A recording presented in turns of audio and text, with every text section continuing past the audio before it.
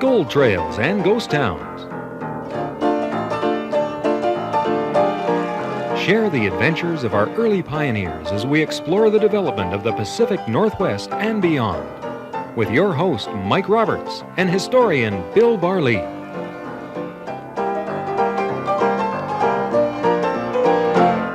Welcome to Gold Trails and Ghost Towns. I'm Mike Roberts. With me, Bill Barley, our storyteller, raconteur, prospector-type friend. Today, we're going to talk about the most famous woman in the Gold Rush days. Would that be the best way to describe her? I think so. We're talking about Klondike Kate Rockwell, who was, I think, compared to all the other people who came out of that fascinating part of western North America, the Yukon district, was by far and away the most well-known individual. So what we have to know is the Klondike, 1898, of course. Well, 96, actually, the rush started in. Yeah. 96, 97, a few people were in Dawson. They were engaging in this type of diggings, and this shows an old shot of Gold Bottom, Mike. What is Gold Bottom? Well, Gold Bottom is one of the creeks where Henderson really first made the discovery, which led to the discoveries in Bonanza and so on.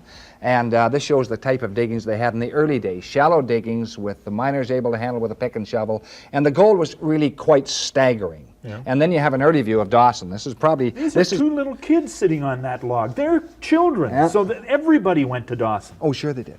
Sure they did. But mostly men, men. Few women, but mostly men. And this shows Dawson, it shows Front Street in its original idea, and then Hospital Hill there. Yeah. Now, these guys are rocking gold, this bunch here. Yeah. That looks like a leisurely kind of work, you know, just sort of sitting back and rocking. Well, you had to save water, so rocking was the easiest way to do it. And Mike, the ground was so rich, and we mentioned that years ago on this. The ground in the Klondike or the Yukon was, I think, probably the best ground in the world, with a possible exception of some ground in Russia, which we don't know much about. Yeah, but they were hauling gold by the ton out of here. And they got in the difficult way, Mike. Most of them came in over either the Chilkoot Pass and the Chilkoot, and this is a famous shot from the Chilkoot, shows a string of men in an unending line going up the Chilkoot, then going on to Lake Bennett, then down through Miles Canyon and into Dawson itself. The other pass was White Pass? And the other pass is White Pass, and here shows White Pass, and not many people on the trail, but it shows the difficulties they had to do to get over it. Yeah. And then when they got right into White Pass, this shows a few mules, surprisingly enough, carrying hay for some horses that are working the trails. And a lot of those horses died, of course. And into this environment of 30,000 prospectors and maybe a few children comes Klondike Kate. Comes Klondike Kate, and she is really in a class by herself, Mike. All righty, we'll talk about Klondike Kate as Gold Trails continues.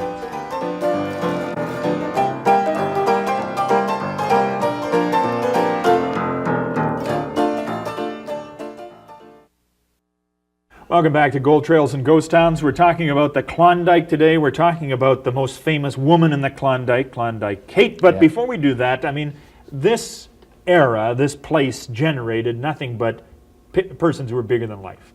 Oh yeah, you had Whitewater Bill Gates. There's an example, you know, a wild man of the Yukon. Had been a stern wheeler captain at one time, was a high stakes gambler, made and lost a number of fortunes, followed by the direct opposite, Silent Sam Bonifield, who had the Bank Saloon. High stakes gambler, eventually blew his brains out, yeah. Now, he actually had, you've been trying to get an artifact of his. Yeah, he had... Maybe that's bad for me to bring this up. The price just went up. Yeah, it did go up. He had $100 poker chips made out of ivory and carved, you know, individually. And I can probably get one from an old friend of mine in Victoria. He has two. But the price, as the thanks, Mike, has probably gone up. And but there are others. The Lion of the North was Sam Steele, the Northwest Mounted Police commander there. William Ogilvie, whom I think the Dominion government surveyor surveyed all the claims on the creeks, and the most honest man in the Yukon by far. Not much doubt about it. So you had all sorts of lords of the Klondike. Big Alex McDonald, who made a multi-million-dollar fortune, died broke. So you had a lot of fascinating characters. Them and 29,995 more. Yeah. So where did Klondike Kate get her start? She obviously just didn't show up instantly. Well, that's true. She was born as Kathleen Rockwell, born in Kansas, and her mother, we don't know much about her original father. We really don't know.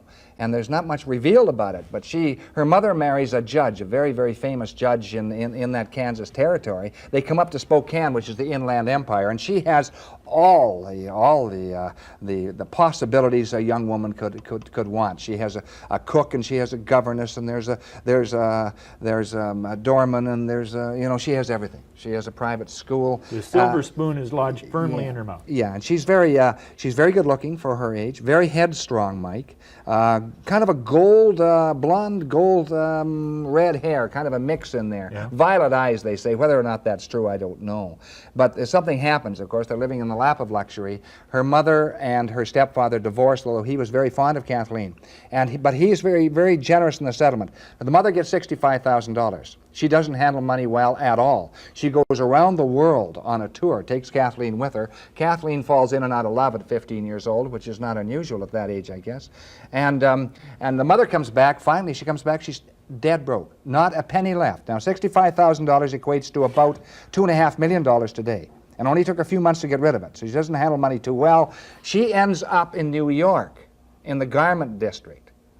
So she is actually... So she's in a sweatshop? She's in a sweatshop in the garment district. Well, and this that's is where not... she stays. Kate obviously doesn't like this bit at all. Well, no, but she's cut loose now from her mother because she has no option. So Kate goes in, answers an ad in a newspaper, becomes a chorus line girl. And that leads to a come-on girl. Now, don't confuse that. A come-on girl is a girl who simply dances with men, and she entices them to have a drink. And if they take a $5 bottle of wine, she gets a quarter of that. She would get $1.25. And so she breaks into a troupe, and the troupe then travels towards the northwest of British North America and America itself. So that's Victoria, Vancouver, and Seattle. They end up in Seattle with this troupe, and they do quite well, actually, in Seattle. And then they hear about a magnificent, absolutely magnificent gold rush coming out of the Klondike or the Yukon territory. And most people call it the Klondike. And the Argonauts start landing both in San Francisco and in Seattle. And they make such a hit in Seattle that it turns Seattle right around. This is a shot of a warehouse or a storefront selling provisions for the gold fields. Yeah, and most of those provisions are bags of flour. You know, that's the staple. You lived on flour, and flour straight, they used to say sometimes, Mike. And of course this attracts, and there soon is a city established in this territory, and that's called Dawson City, which is, very, very important part of the whole picture. So they start gravitating north, and they go into Lake Bennett.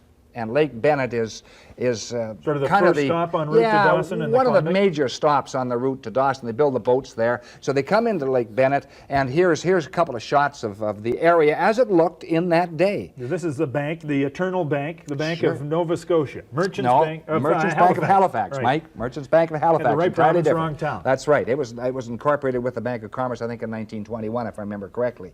And so anyway, so this is gold dust. They're gathering gold dust. Here's a Main Street shot on Lake Bennett before they're taking off for Dawson City. And all the people are gathered there. They're roping them off. They're getting ready for a 100-yard or 50-yard dash, Mike. Sure. Anything to pass the right. time and get a little wager going, and that's the kind of town it was. Precisely. And this is the canyon they go through. This is Miles Canyon. And this is a kind of a relatively calm part of the canyon. People who ran that canyon, they didn't allow women to run the canyon. She ran the canyon in men's clothes.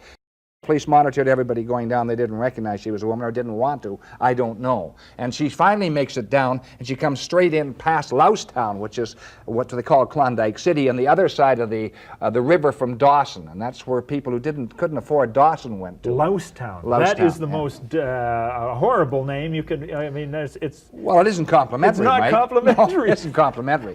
But then you get into Dawson, and Dawson itself is kind of interesting. I mean. The streets are absolutely shoulder to shoulder with miners and gamblers and businessmen from all parts of North America. They're gravitating. Remember, this was just at the end of a depression. Yeah. So this kind of turns things around, and Dawson City, of course, is one of the great recipients. And I mean, this shot here shows the boats lined up on the shore. Yeah. The town is booming and bustling. The sternwheelers are, well, we already mentioned a couple of sternwheeler captains. They were gung-ho. Oh, sure they were. And downtown Front Street was Dawson's sort of main attraction. Sure. Sure, and so Front Street this is how it would have looked, and this was the main street in Dawson. If you examine all the photos that come out of Dawson, and remember, this is a big, big town. This is the glittering capital of the northern part of the world. There's really nothing can touch it, Mike. And here's some of the creeks. You see, here's one of the creeks, and this is probably, I think, Bonanza Creek. And Bonanza Creek That's the cabin 20 above. So that was 20 above where the gold was first found. Yeah. And so then these guys are all going to be working at that claim. Sure. And this next one is how many below? That's 12 below. 12 below? That's 12 below in Bonanza. And the other one's 20 above, I think, on Dominion Creek. Yeah. But this is how the claims would have looked, taken at the time by the various photographers in Dawson City. And there were a number of them, Mike. A lot of different photographers. So into this environment walks Kate Rockwell, who's not yet attained her reputation as Klondike Kate. No, she's one of a number of dancers who come into Dawson City. And, you know, she came in on the arm of a guy who was kind of interesting, a guy called Alex Pantages. And the Pantages family are still in Vancouver. Very well. Pantages Theater, That's I've right, heard of sure. that. He became a theater mogul. But he wasn't at the time. He was a young Greek immigrant, great deal of charm. Women were attracted to him. At this time, too, that Kate Rockwell was actually engaged to a guy called Danny Allman. And Danny Allman had been in a minstrel troupe back in New York State. And they were engaged, and he was coming up to see her. Unfortunately, he stops in Vancouver, catches some plague or something that causes his demise immediately, overnight. And waiting for her, of course, is Alex Pantages. And he, with his ability to promotes her in a grand style, and now she becomes. She is a figure unto herself, as you already pointed out, quite beautiful. Oh yeah. Quite statuesque, and she makes her mark in this place. Oh, indeed she does. She dances on the stage of the old Orpheum, and this is a shot of the Orpheum. Doesn't look very grand by today's standards, but in Dawson City, that was something. And you look up and around the floor of the Orpheum, and this is a masquerade ball, but you can see these various boxes up there, and these were where the people who could really afford to sit in the boxes and watch the show down below. So what does she do? She's a dance hall girl? Yeah, she's a dance hall girl. She sings songs, and this is a kind of a full shot of one of her costumes that she would have worn, and this may have been taken by Pantages. I can't trace it down. Quite possibly it was. She's about 18 years old at this time. Okay, and she has some competition, Mike. Yeah. She has Diamond Tooth Gertie. She has Diamond Tooth Gertie. You can't go too quickly over these. They're wonderful names. Yeah. Well, Diamond Tooth Gertie was known as that because she had a diamond right set in one of her front teeth, which made her quite unusual, but really didn't come up to the class of Kate Rockwell. Now, I mean, what do you pay stars like her in these days? Well, let's look at the wages, Mike. Wages were about for a good miner up there. Just a few dollars a day, varied how good the mine was. In the United States, stateside or Canada, you would get about $1.50 a day. She was making about $30,000 a year. You do your old multiplication times 40, and you've got $2 million. $2 million a year she's making. Yeah, staggering. And that's just base salary, I take it. That's right. And she and Pantages, according to her memoirs, were going to get married, and they were partners, equal partners, and so on. And that may indeed be the case. I won't question that. And so she makes all sorts of money, and she makes it by unusual ways. She's no longer a come-on girl, but when she dances and when she sings. And remember, this is a woman who stopped traffic in Dawson City. When she walked down the street, men just stood and looked at her. First of all, because there weren't many women in Dawson City at that time. There were some, but not many. And she was so striking with her kind of her red, gold, blonde hair. And also, they tended to throw their hats in the air and cheer when she came by. Now, this would kind of turn their head a little bit if you're a young woman. I would be impressed. I would begin to strut if that was the... No, I mean, she a woman of ill repute, or was she had a good reputation here? No, I think she there's probably not much doubt that she and Pantages were lovers, but she had a good reputation. She was not from the back streets of Dawson, so that So she was. So these people, actually, the miners really must have held her in esteem. Oh, sure. She was the first pinup girl in that area, which is interesting, you know, because they had pinup girls in the 1890s and 1900s. Not so much anymore, but certainly she was one of them. She must have attracted some devotees. Oh, of course she did. And what happened, of course, she had all sorts of ways to get extra money. They'd throw, when she sang and when she danced, they would throw nuggets onto the stage. The occasional careless or drunk miner would throw a whole bunch of gold onto it in the form of a gold poke, which is a leather sack containing gold. That was hers once it hit the stage. And she would wander around circulating with the miners at the various tables after. Not as a come-on girl, but she would have a bracelet which would have, we'll say, 4 or 5 double eagles in it, Mike, which is a $20 gold piece. Yeah. But one of the places would be empty. It'd be vacant. Somebody said, "Oh my dear, you've missed that," and they'd put a $20 gold piece in there. She'd also have a belt on. This was common with the dance hall queens. They would have a belt there with $20 gold pieces. Want to show you a $20 gold piece? I mean, this is just. Oh, don't drop it! It'll bruise. Now these are gold pieces, and this is what would be in her belt. This would be in her belt. She would probably have 20 of those in her belt. Look at that. And she would have one of them missing, or perhaps 2, one on either side, so they couldn't see the other side, you see. Yeah. And she would get these replaced each night. Well, isn't that a spectacular find? I can't find the belt. Love to find one for my collection. You can find the gold anywhere, but you can't find the belt. So what happens, Mike, is Dawson is a glittering, glittering part of the North for about 3 years. But finally, just after the turn of the century, it starts to slip. And it does start to slip, I think, rather significantly. So they decide that they will look for other pastures and better pastures, Mike. Okay, let's take a break here. Be back in just a second to continue. Listen to this. Makes such a lovely sound, doesn't it? We'll continue our discussion of Klondike Kate right after these words. Don't go away.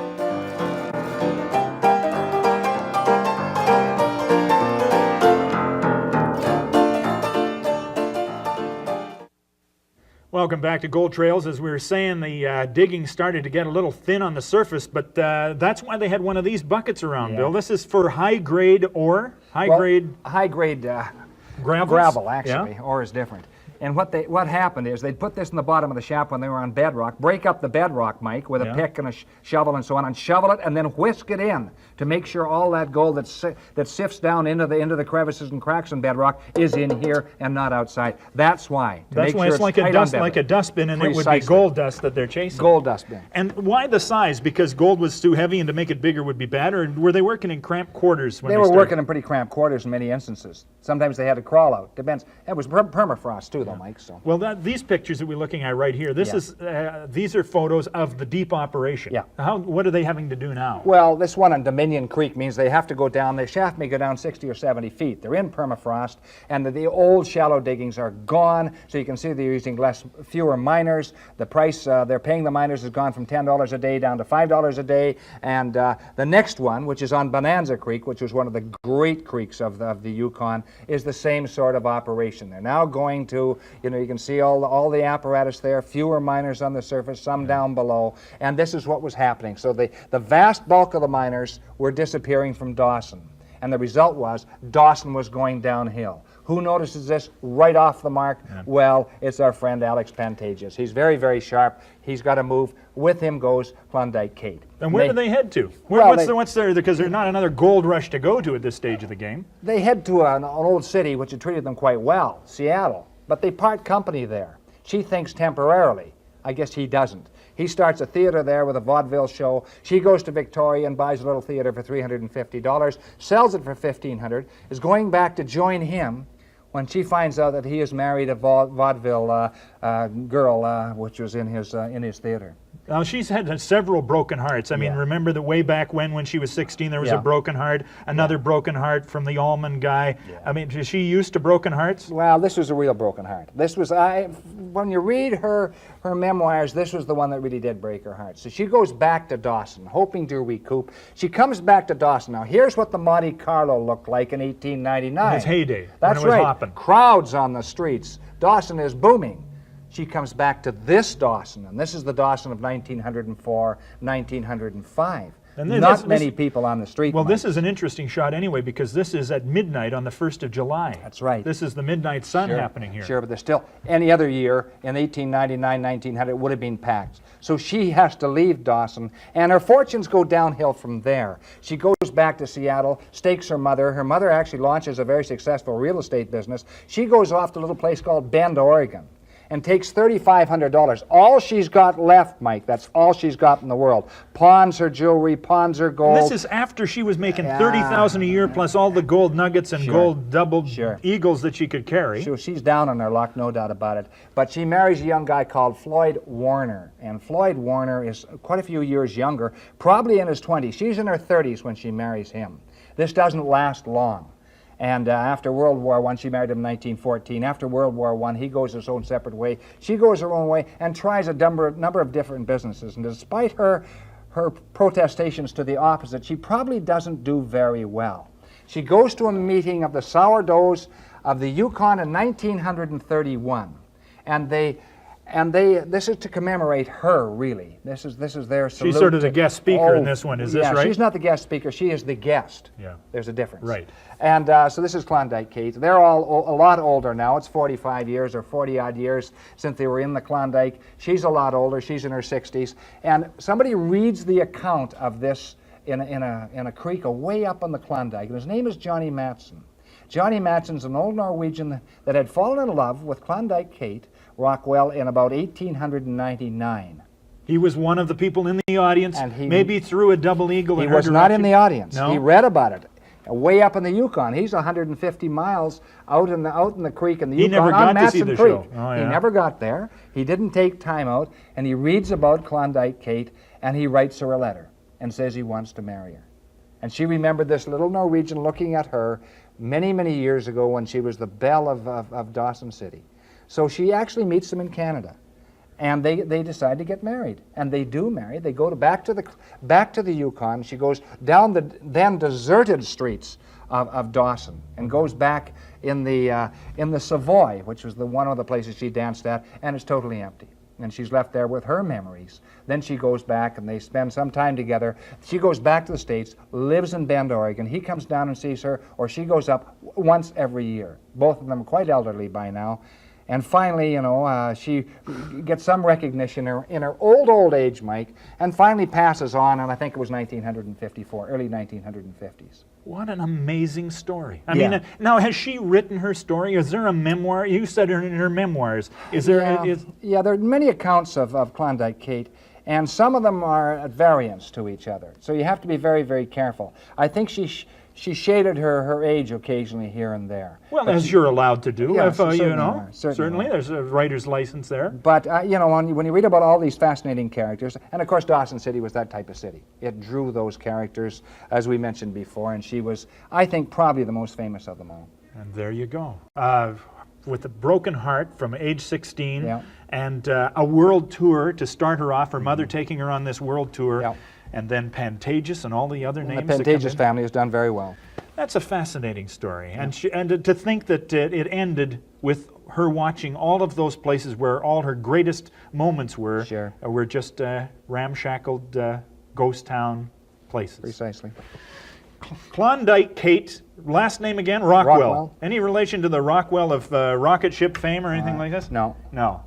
Klondike Kate Rockwell. The story of her today on Gold Trails and Ghost Towns. Join us again next time as we tell you more stories from British Columbia, the Pacific Northwest, even to the Yukon's past. Bye-bye.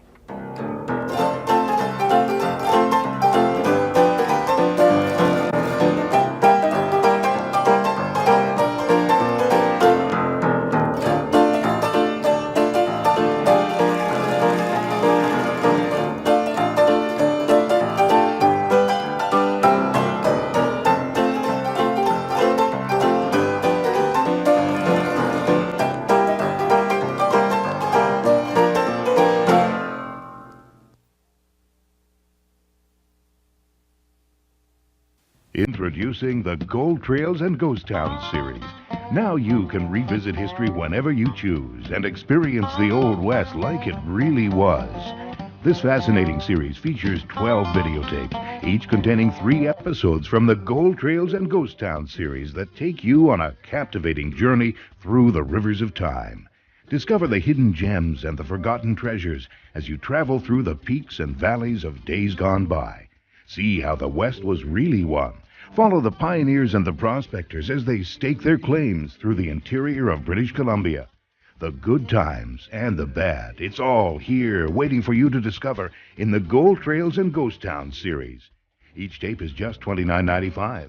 To order, use your Visa or send a check to the Okanagan's very own CHBC. And for a complete description of each tape in the Gold Trails and Ghost Towns series, visit us online at chbc.com. Order yours today.